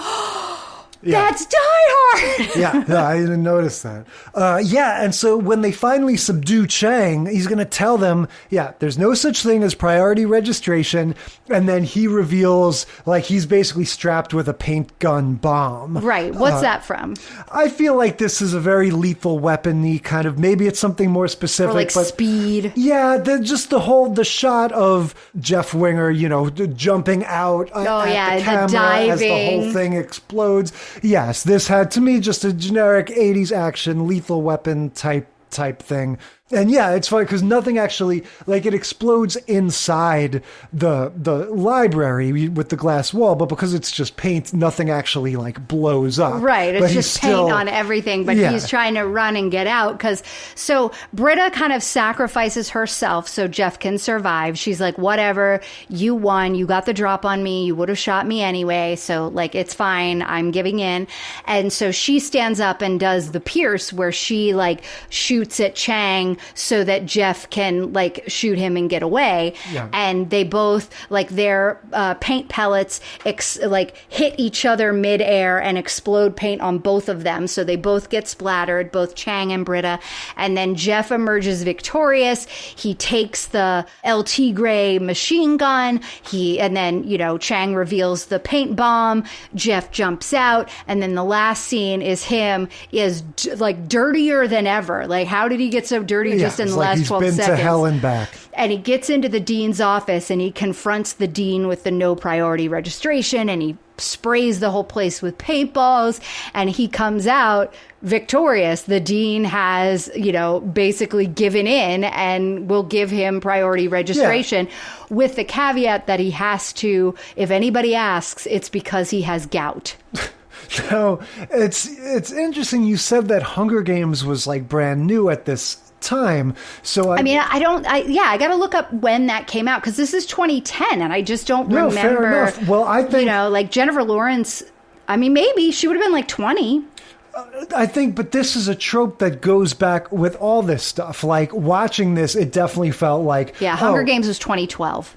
It felt like, the dean is President Snow in the Hunger Games. But, this is also like same thing as The Running Man, all these things where it's like, it's this crazy messed up contest that they've made you play. And the worst part is when you finally get to the end, you confront the guy, like the guy's running it all. And it's like the whole thing was just a sham. Yeah, he's just a little weakling, like stuffed shirt leader anyway. And the prize or whatever is fake. Like, exactly.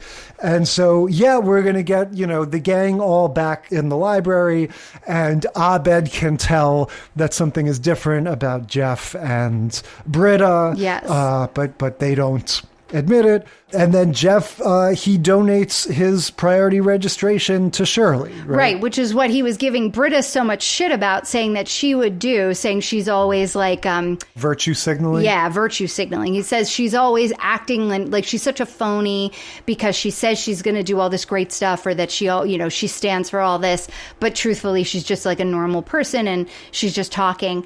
And but in their tender moment, he reveals like, no, I really know I'm the biggest fake of all, and that's why I'm so hard on you.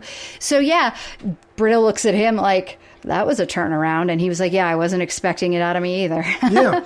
And so, watching it in this context, it's not particularly clear to me how this is going to come back, how they're going to make the sequel to this. But it is clear that this would be something that everybody liked and that you would want to do. Right. Again. This was such a highly rated episode and every time they do these kind of like full on, throw out we're a study group in a, and we have normal community college troubles and we just like have a normal, every time they do that, it is some complete send up of a genre, over the top, really hitting all the marks of things that, all the little Easter eggs that make all the fans super happy. So they do it in many different ways, not just in paintball. There's a Civil War episode where there's the pillow fort against the blanket fort in like season 5. There's so many of them. Like, there's a Floor is Lava, which I think we'll probably do like when we come back, because the Floor is Lava episode has a paintball-esque feeling.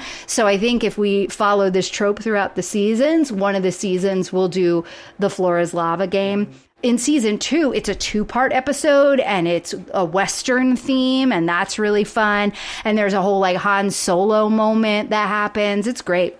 Yeah. And we get, again, the sort of like pretend version of some sort of like battle or conflict or something, right. In this case, we're sort of back to uniting against a common enemy. We talked about how it's a temporary alliance, but we at least get some of that sort of like our characters, the cast of our show, it's them against, these other randos at the college. And then eventually it's them against each other. So sort of the best of both dean, worlds. Right? Yeah, just the dean. All right. Moving on to Brooklyn Nine-Nine. Season 1, episode 6, Halloween.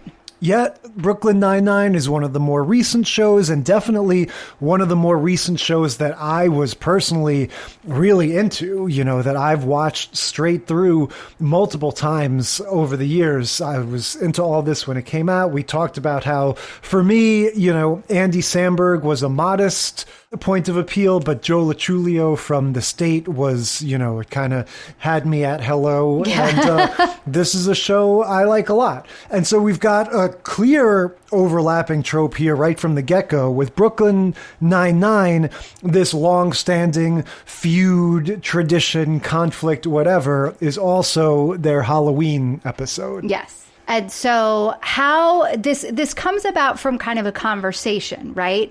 I think Andy Samberg's character Jake is challenging. Yeah, he's doing Captain the thing. Holt. Yeah, he's just sort of challenging the world. He's saying to everybody that he's the greatest detective, and so he'd be the greatest criminal. He says nobody could ever catch him if he were a criminal. But I want to flag before we even get to that.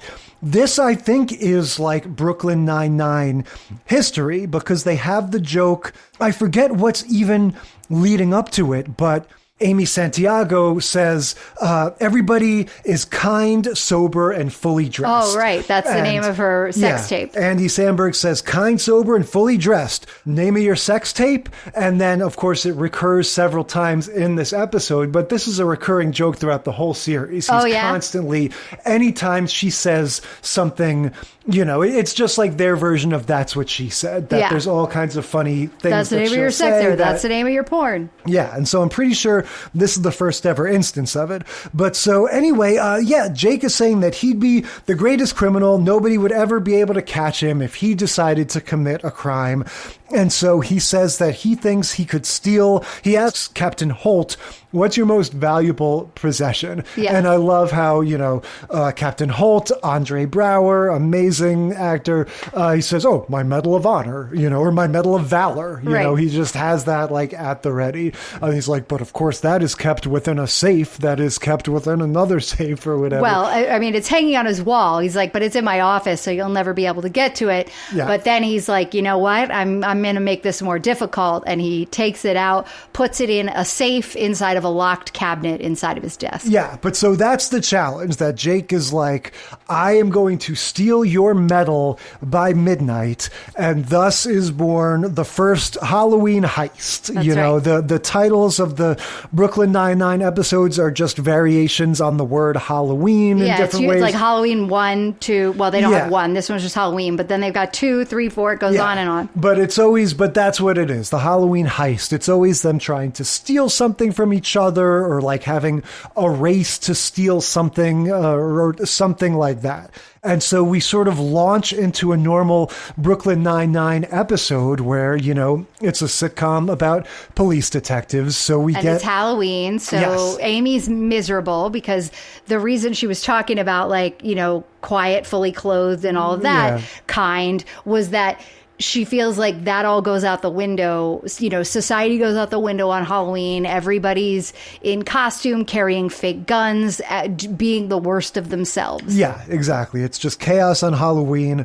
Boyle, Joe Latulio's character, and Amy, they go undercover at a party. Right, because there's supposed to be some drug kingpin that's working the party, and they're trying to take that guy down. Yeah, so there's a running joke throughout the whole thing that Boyle is dressed as Mario Batali for Halloween. But he looks like Raggedy Ann in a chef coat. Yeah, nobody knows who he is. He's basically got weird long red hair and a white chef's outfit. And it's just... And cargo shorts and Crocs. It's just one of those costumes that the combination, whether it's the costume itself or the subject maybe lacking the critical mass in the pop culture. He's carrying like a wooden spoon or something or like a whisk.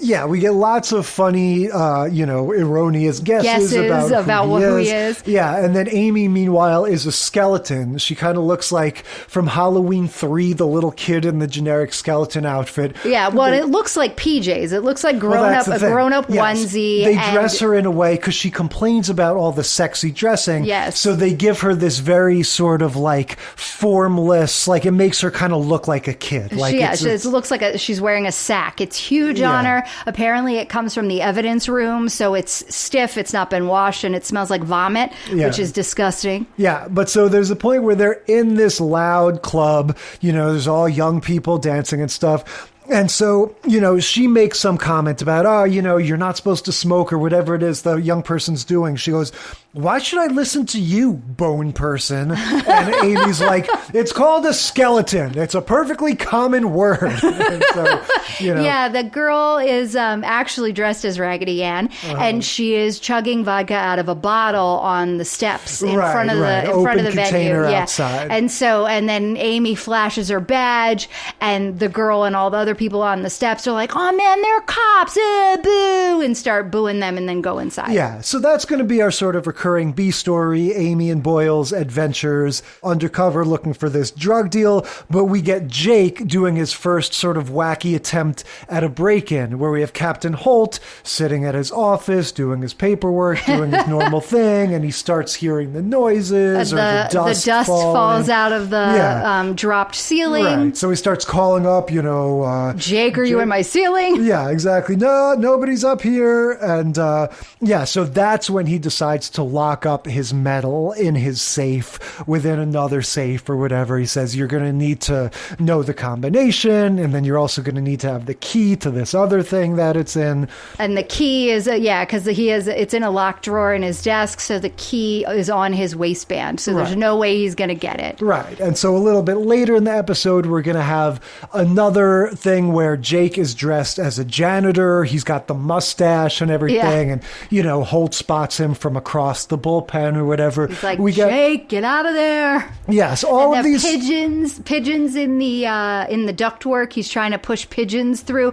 Andre Brower sitting at his desk, and he sees feathers. Like all of a sudden, these feathers come like blowing in from the air vent, and he gets up, goes around to the break room, and he sees Jake in there holding a bunch of pigeons, trying to shove them into the vents.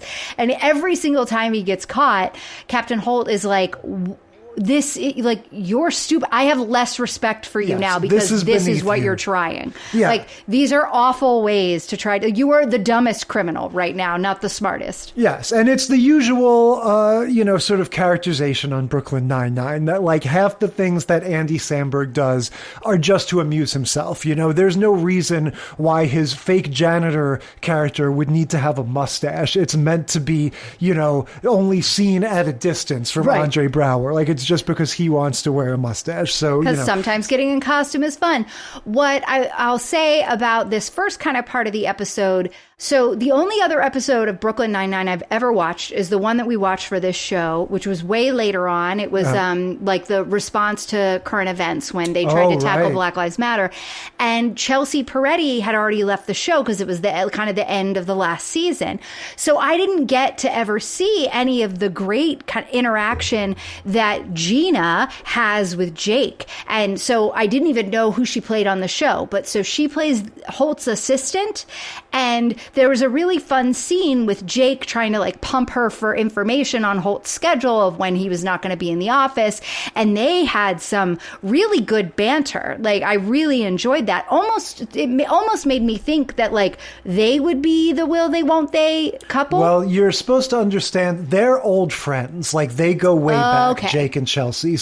Or Jake and Gina rather. So they have more of like that relationship. But yeah, her role in the show, she's meant to be very, I do my own thing and I don't care about anything, and just like kind of aloof and funny. I'm not a cop. But yeah, exactly. She's the one that's not a detective. And so, that's sort of just her role, being outside of that world. But yeah, so we get these several attempts, and yeah, they're all kind of silly. Somewhere along the line, Hitchcock has swapped himself out for Amy Santiago, so he's the one wearing which works because the thing was so huge. Yeah. We ultimately get, speaking of the movie parodies from Community, we get a play on the Thomas Crown affair here, because that's an old movie from the 50s that there was a remake in the 90s with Pierce Brosnan.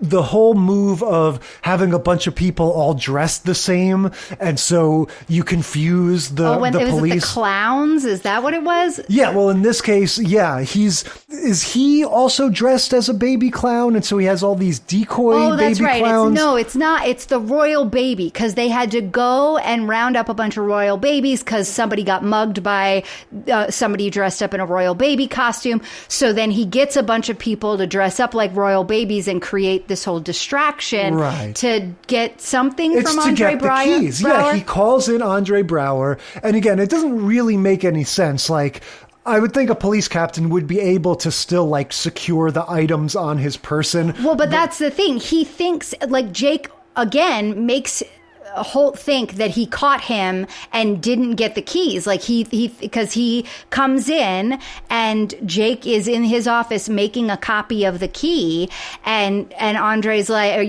Captain Holt's like, this is like, I caught you. Like, I know what you're doing. Give me my keys. And so we, the audience, think that yet again he's been caught in the act, but we find out in just another couple of scenes that he wasn't even really after the keys. He had already had the lock picked by somebody else. He gets the cell phone, and that's how he's able to get the code to the safe, because he figures that his PIN number on to get into his cell phone is the same as the code to get into his safe, because he's old.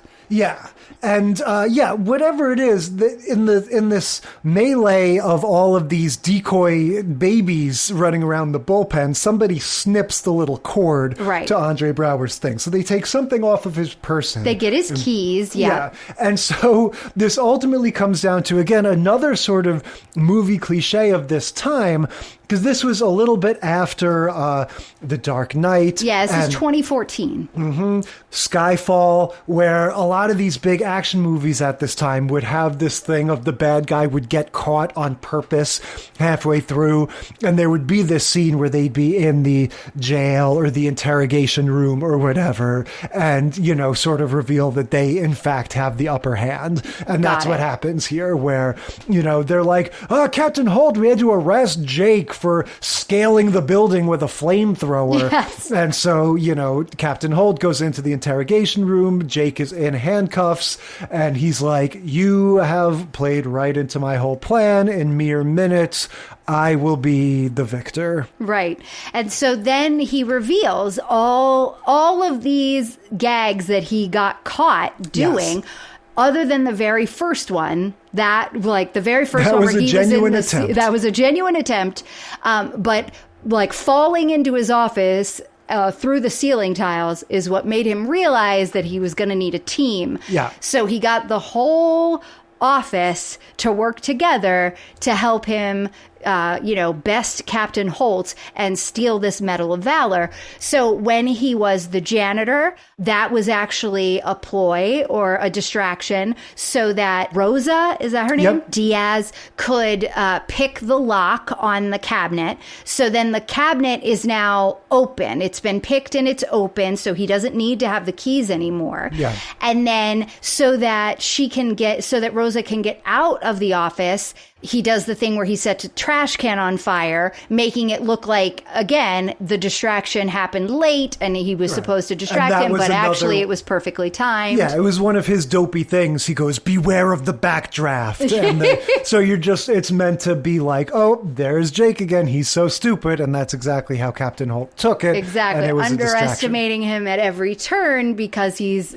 acting immature and silly in the ways that he always does. But that immature and silliness was all the ruse all along so that all these other guys could get these things done. Yeah. Then we find out the pigeons. What was the pigeons for? To get him out of the office? Yeah, and basically Terry Crews and Amy did the same sort of Mission Impossible style sneak in through the ceiling successfully, because Terry's so strong that he can do like the fulcrum thing. Yeah, he could and hold like Amy lower up her and in raise her from the back ceiling. up. And so they show that, yeah, while Holt was dealing with Jake's pigeon shenanigans, Amy was stealing something or other from his desk. Yeah, something else that like got him whatever it did. Some piece of the puzzle. Some piece of the puzzle. I don't remember. And then the royal babies was, and the key cutting of the keys was all a distraction because they didn't need that to get, I think it was Hitchcock or the other guy that's kind of the big heavy Hitchcock guy. And Scully. Yeah, it was one of those two guys took the cell phone off of his waist and took the screen cover off of his cell phone and then replaced his cell phone in all of the hubbub where he thought they were trying to steal his keys. They actually got his cell phone screen cover, dusted it for fingerprints, saw the most touched keys, and now they have the 4 digits of his PIN number. As we speak, Boyle is trying all, 28 permutations or of whatever. These 4 digits. These 4 numbers. Yep. And so if you go and open, then his watch goes off, and he's like, so if you go and open that door, you will see Boyle standing there with your Medal of Valor, or I will have lost. Yeah, and so sure enough, he walks over, opens the door, Joe Lo Truglio's standing there holding the medal, and Jake has won. And it's, true to form of a sort of 2010s show, we get the sort of humanist angle of like, I beat you through teamwork and friendship. Right. I beat you through everybody working together, and that's what you didn't anticipate. But we also undercut it with the sort of like, oh, they wouldn't do it out of sheer friendship. I bribed them with paperwork. And the way this all comes around is the stakes of their original bet were Holt would have to do all of Jake's paperwork, right? Right. So or Jake would have to work 5 weekends but not claim overtime. Right. That was the stakes on Holt's end. So Jake got all of his colleagues to help him do these things in exchange for I'll do your paperwork. Exactly. And now Holt has to do all of his paperwork. And so again, it's going to stop short of being too sentimental, but it still gives us a nice sort of like human angle to chew on. Yeah. That, that's how he accomplished it, by everybody helping. There you go. And then we have a little button on the episode where they wrap up the B story because Boyle was the only one dressing up for Halloween and everybody had been giving him shit and making fun of his costume. Amy has also like pawned off her partnership with him to one of the other guys because she doesn't want to be out on Halloween. And so they all kind of want to apologize to Boyle. So they all dress up in Halloween costumes. Well, in the process of apologizing, we get the return of the sex joke, sex tape joke, because Amy multiple says, times. Yeah, she goes, "I'm sorry about tonight," and Andy Samberg goes up, another title of your sex tape, That's and then the she name goes, of your second sex tape. She goes, "I'm sorry, I was terrible," and he goes, "I'm sorry, I was terrible." That's another name. And then she does another one, and he goes to say, and she's like, "Don't even say it." Yeah. Yeah, and so I don't know. I actually think looking back on these, this was the most sort of like, I don't know, happy, touchy-feely one. Yeah, exactly. I think you're right. Exactly. But so, yeah, I don't know. Thoughts and opinions about the recurring annual warfares. Look, these are some of the most highly rated episodes of these very highly rated shows. I think the paintball episode is the second highest rated, with the 2-part episode in season 2 that is a paintball episode being the highest rated episode, I think, of Community. This Robin Sparkle slap bet episode is the highest, if not the second highest, with, again, I think it's like the mother reveal being the highest rated episode. I mean, like, these are episodes of these shows that are just the most watched, the most streamed. They just continue to be ones that people want to go back to because they become the fan favorites. Like when you remember, and when you and I first met and we started saying that we were going to try to come up with this idea of TGIF for ourselves. And I said, I want to watch How I Met Your Mother and Community. I was like, man, you're going to love it because, and I'm telling you all the things about Community and the paintball episodes and the way the way it's so meta. And same with How I Met Your Mother. It's these hilarious long running jokes and how musical they are, and just like the way that friends would engage together. I feel like this was so much fun for me. I got to watch 2 episodes, two of my favorite episodes of television ever, the How I Met Your Mother and the Community episodes. And I got introduced to two more of these fan favorite long-running gags that I had never seen or known about. Even though I was a fan of Cheers, I was a little kid, so I didn't like watch it religiously and know about this year-over-year thing. And didn't like You're my entry into Brooklyn Nine-Nine. I haven't really watched it.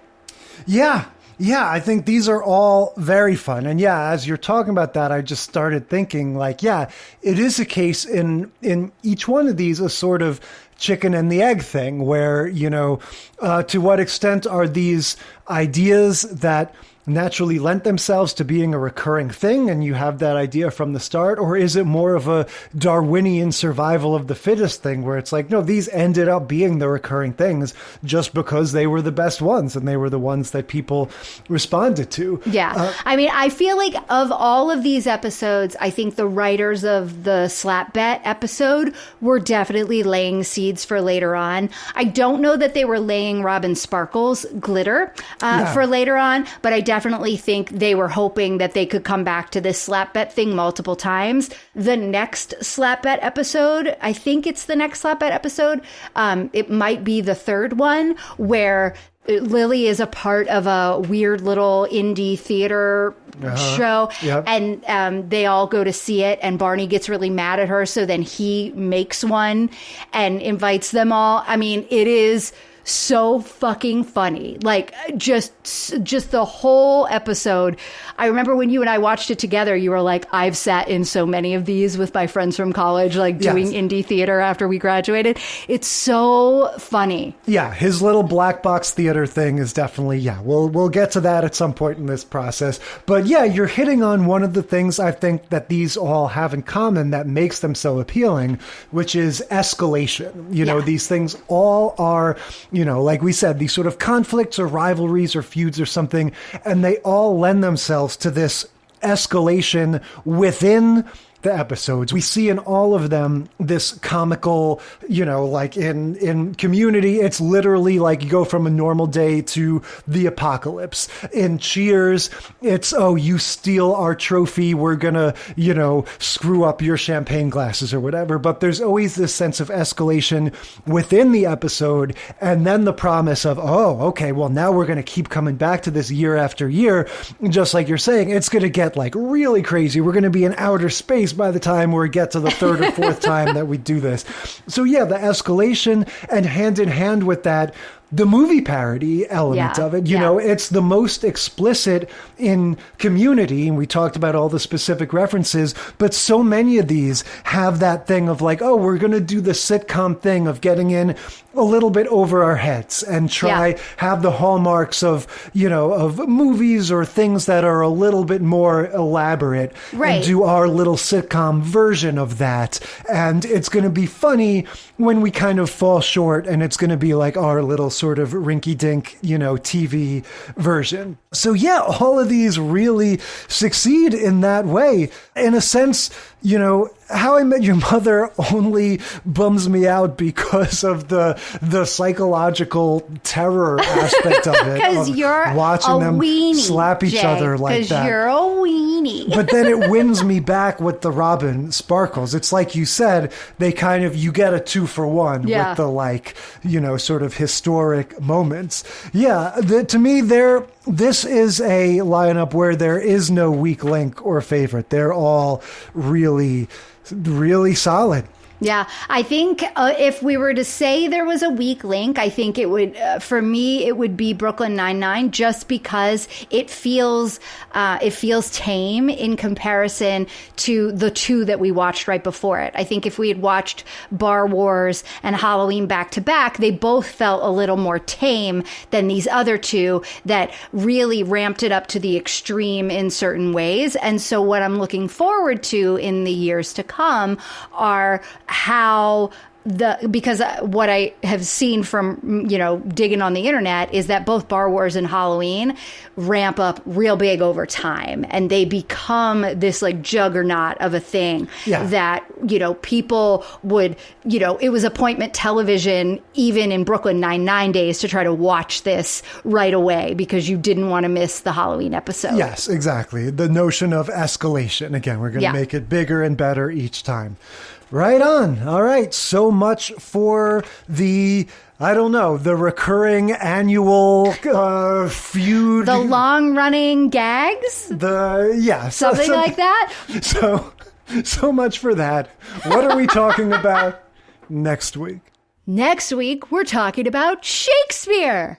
We're going to watch 4 episodes that all are taking on Hamlet. Gilligan's Island Season 3, Episode 4, The Producer. Happy Days Season 2, Episode 10, A Star is Bored. Head of the Class Season 1, Episode 8, Critical Choices. And Frasier Season 8, Episode 12, The Show Must Go Off. Yep, Shakespeare's next week, and until then, we will consider this segment of the sitcom study concluded.